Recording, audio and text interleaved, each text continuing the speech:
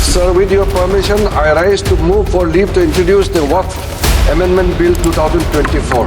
This bill, they are putting a proviso that non-Muslims also be the member of the governing council. This is a fundamental attack on constitution. This bill is a fundamental. Now you are going for Muslims. Modi सरकार के तीसरे कार्यकाल के कुछ गिनती के फैसलों में से एक वक्फ संशोधन बिल संसद में अटक गया है और इसे जॉइंट पार्लियामेंट्री कमेटी के पास भेजा गया है। अल्पसंख्यक कल्याण मंत्री किरेन रिजिजू ने इस संबंध में कमेटी में शामिल रहने वाले सांसदों के नामों का ऐलान कर दिया है।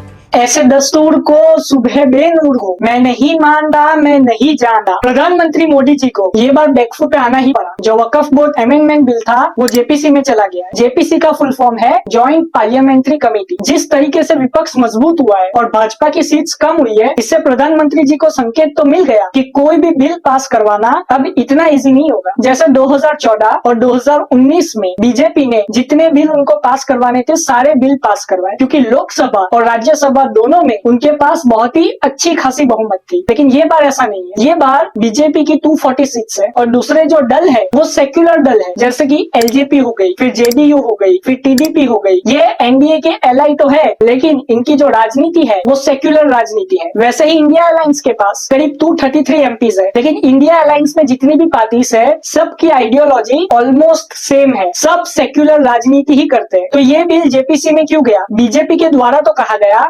अपोजिशन को ये बिल पे बहुत आपत्ति है, इसलिए उन्होंने ये बिल जेपीसी को भेज दिया। लेकिन मुझे नहीं लगता कि ये पूरा सच है। मैं मानता हूँ एलजेपी चिराग पासवान, जो अपने आप को मोदी जी का हनुमान कहते हैं, जेडीयू नीतीश कुमार और टीडीपी चंद्रबाबू नायडू की, ये तीन पार्टी को मुस्लिम्स भी वोट करते हैं और वो नहीं चाहते थे कि उनका मुस्लिम वोट बैंक उनसे खिसक जाए। इसके लिए उन्होंने पार्लियामेंट में तो समर्थन दे दिया, लेकिन अंदर ही अंदर उन्होंने कह दिया कि ये बिल को जेपीसी में भेज दिया जाए, ताकि एक्सपर्ट लोग ये बिल को देखें और अगर इसमें कोई भी कमी है तो इसे सुधारे। ऐसा न्यूज में भी आया, जब जेडीयू ने अपना समर्थन दिया वक्फ बोर्ड अमेंडमेंट बिल पे, तो नीतीश कुमार जी से बहुत सारे जो मुस्लिम नेता है और जो बड़े मुस्लिम पदों पे बैठे लोग हैं वो लोग आए और उनसे मिले और उनको कहा जेडीयू को ये बिल का समर्थन नहीं करना चाहिए, ये बिल जो है ये मुसलमानों के खिलाफ। लेकिन बीजेपी ने महाराष्ट्र और हरियाणा इलेक्शन से पहले अपना जो मैसेज था वो तो डायरेक्टली दे दिया। जेपीसी में करीब 21 मेंबरों को चुना गया है लोकसभा में से। अभी राज्यसभा में से जेपीसी के कौन से मेंबर्स होंगे ये नहीं पता चला, लेकिन ये बार विपक्ष ने अपना काम कर दिया और ये बिल को पास होने नहीं दिया। राज्यसभा में भी ये बिल का पास होना बहुत मुश्किल है, क्योंकि एनडीए के पास राज्यसभा में भी बहुमत नहीं है। क्या टीडीपी,